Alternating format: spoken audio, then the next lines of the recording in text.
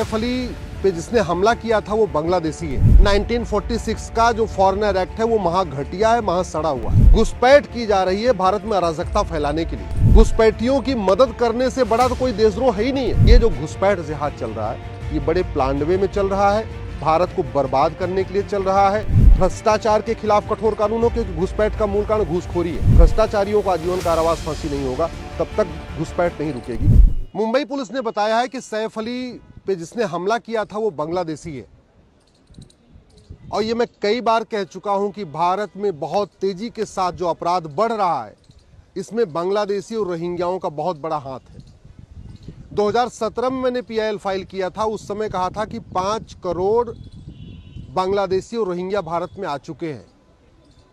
जो 5 करोड़ आए थे वो तो गए नहीं और आना बंद नहीं हुआ है। आज भी बांग्लादेशी भी आ रहे हैं, रोहिंग्या भी आ रहे हैं।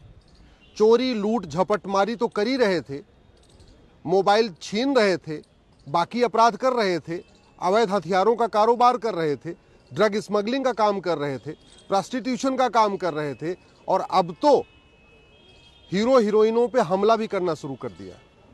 इसका मूल कारण है 1946 का जो फॉरेनर एक्ट है वो महा घटिया है, महा सड़ा हुआ है। 5 करोड़ से ज़्यादा बांग्लादेशी 2017 में आ गए थे, अब इनकी संख्या तो 6 करोड़ से ज़्यादा हो चुकी है। लेकिन किसी भी बांग्लादेशी घुसपैठिए जो उनकी जो मदद करते हैं, किसी भी मददगार को आज तक सज़ा नहीं हुई। जो लोग बांग्लादेशी रोहिंग्याओं का आधार बनवाते हैं, राशन कार्ड बनवाते हैं, ड्राइविंग लाइसेंस बनवाते हैं, बर्थ सर्टिफिकेट बनवाते हैं, वोटर आईडी बनवाते हैं, उन पे आज तक कार्रवाई हुई नहीं।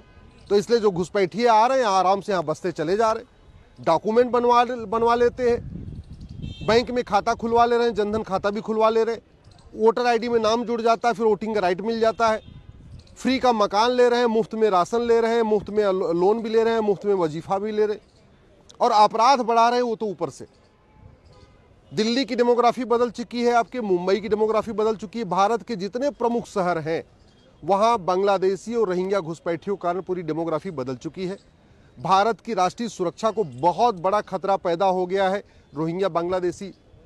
भारत की एकता अखंडता को बहुत बड़ा खतरा पैदा हो चुका है। संविधान कहता है देश की एकता अखंडता मजबूत करो। संविधान में जो बातें लिखी हैं उसको लागू करने की जिम्मेदारी सांसद, विधायक, मंत्री और जजों की है, लेकिन उनको भी बांग्लादेशी रोहिंग्याओं के मानवाधिकार की चिंता है और इसलिए उनके ऊपर कोई कार्रवाई नहीं हो रही।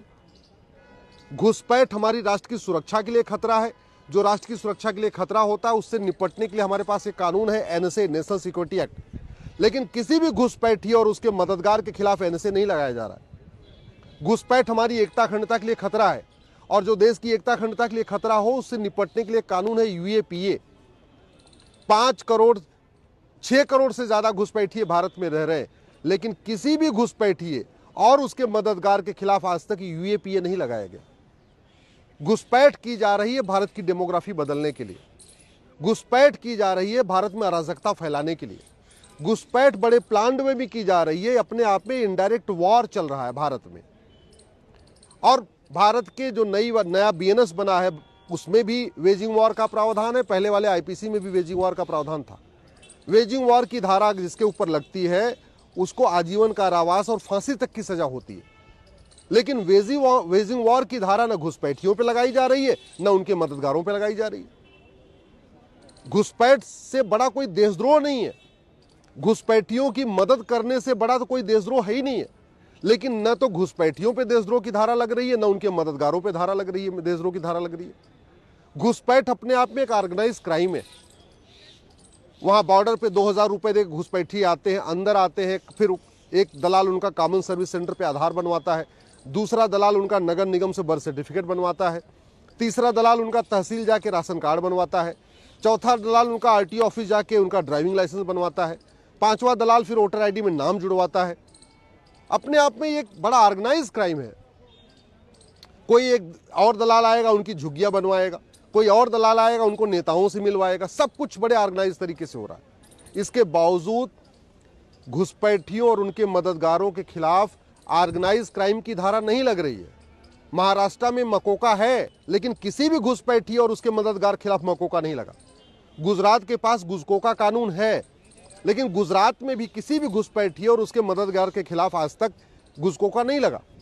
बाकी राज्यों के पास, किसी के पास गुंडा एक्ट है, किसी के पास गैंगस्टर एक्ट है, ऑर्गेनाइज क्राइम से निपटने के लिए सभी राज्यों के पास अपना अपना कानून है। लेकिन कोई भी राज्य सरकार घुसपैठियों और उनके मददगारों के खिलाफ गैंगस्टर एक्ट लगा नहीं रही।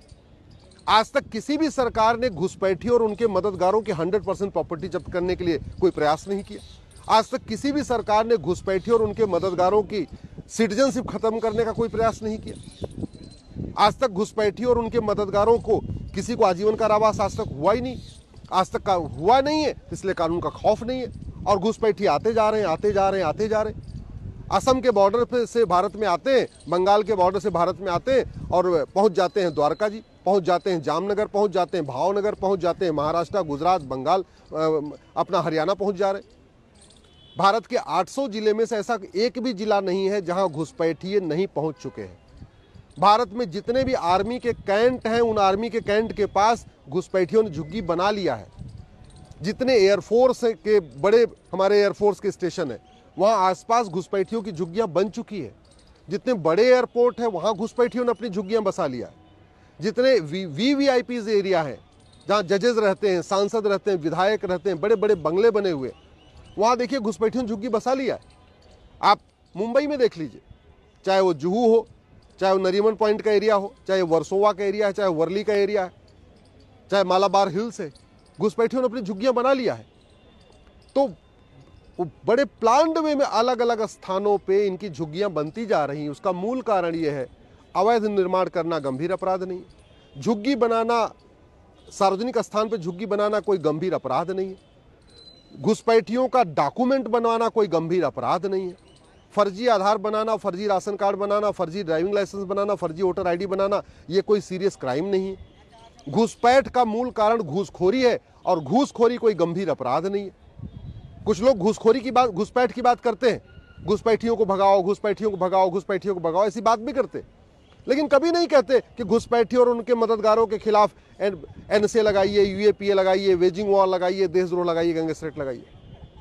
कुछ लोग कई बार कहते हैं एनआरसी लागू करो, एनआरसी लागू करो, लेकिन कभी कानून बदलने की बात नहीं करते कि जो 1946 का फॉरेनर एक्ट है, ये घटिया है, सड़ा हुआ है, इसीलिए घुसपैठिए भारत में आ रहे हैं, इस कानून को बदलो। आखिर दुबई में कोई घुसपैठिया क्यों नहीं जाता? आखिर ये कुवैत में, बहरीन में ये बांग्लादेशी रोहिंग्या क्यों नहीं जाते? ये बांग्लादेशी रोहिंग्या चीन क्यों नहीं जाते? बांग्लादेशी रोहिंग्या जापान क्यों नहीं जाते? बांग्लादेशी रोहिंग्या सिंगापुर क्यों नहीं जाते? बांग्लादेशी रोहिंग्या भारत ही क्यों आते हैं? भारत आने का एक बड़ा कारण ये है, एक तो 4000 किलोमीटर की बाउंड्री पूरी खुली हुई है, दूसरा भारत का कानून सड़ा हुआ है, और जब अंदर आ जाते हैं तो मानवाधिकार के नाम पे उनके साथ में वकील भी खड़े हो जाते हैं, उनके साथ जज भी खड़े हो जाते हैं, उनके साथ सांसद विधायक भी खड़े हो जाते हैं। घुसपैठिए जब वोटर आईडी में नाम जुड़वा लेते हैं, ओट जीवी, नोट जीवी, सत्ता जीवी जो देश के गद्दार नेता हैं, वो उनका समर्थन करना शुरू कर देते हैं। समाधान इसका यही है, कानून बदलना पड़ेगा।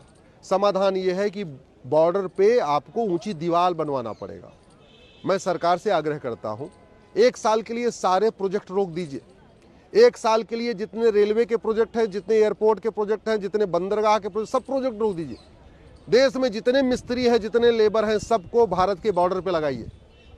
यूपी, बिहार, बंगाल के जितने मिस्त्री लेबर हैं, इनको जहां जहां ये काम कर रहे हैं, इनको सबको बुला के बॉर्डर पे लगा दीजिए। 4000 किलोमीटर लंबी बाउंड्री है, कोई बहुत ऐसा नहीं कि 20,000 किलोमीटर लंबी बाउंड्री है या 50,000 किलोमीटर लंबी बाउंड्री, मात्र 4000 किलोमीटर लंबी बाउंड्री। अगर देश की सारी कंस्ट्रक्शन कंपनियों को वहीं लगा दिया जाए, सारे मिस्त्री लेबर को एक बार वहीं लगा दिया जाए, साल भर के अंदर पूरा का पूरा बॉर्डर, भारत का बॉर्डर सुरक्षित हो जाएगा। पूरे के पूरे भारत के बॉर्डर पे आराम से 20-30 फीट ऊंची दीवार बन सकती है। लेकिन इसके लिए हमें सबको आवाज उठाना पड़ेगा, सरकार को भी सोचना पड़ेगा कि किस तरीके से भारत की प्लान्ड वे में डेमोग्राफी बदली जा रही है। धर्मांतरण तो हो ही रहा था, जनसंख्या विस्फोट हो ही रहा है, लब जिहाद, लैंड जिहाद तो चल ही रहा है, लेकिन ये जो घुसपैठ जिहाद चल रहा है, ये बड़े प्लान्ड वे में चल रहा है, भारत को बर्बाद करने के लिए चल रहा है। और जहां जहां अवैध घुसपैठ हुई है, वहां देख लीजिए स्थिति क्या है। यूरोप में क्या स्थिति है, घुसपैठियों ने वहां की हालत कितनी बदहाल कर रखी है। आज की डेट में फ्रांस में घुसपैठियों ने खूब आगजनी करना शुरू कर दिया। लंदन में घुसपैठिए क्या कर रहे हैं, बीच बीच में देखने को मिलता, सुनने को मिलता रहता है। भारत को बचाना है, भारत को सुरक्षित बनाना है, हमें आने वाली पीढ़ियों को बचाना है, तो कम से कम भारत के बॉर्डर पे 20-30 फीट ऊंची दीवार बनाइए, सारा काम छोड़ दिए, सारे विकास के काम छोड़ दीजिए। हम कहते हैं 1 साल तक अगर हाईवे नहीं बनेगा, एक्सप्रेसवे नहीं बनेगा, बुलेट ट्रेन नहीं बनेगी, रेलवे नहीं बनेगा, नया रेलवे नहीं बनेगा, नया हाईवे नहीं बनेगा, नया एक्सप्रेस नहीं बनेगा, कोई फर्क नहीं पड़ रहा।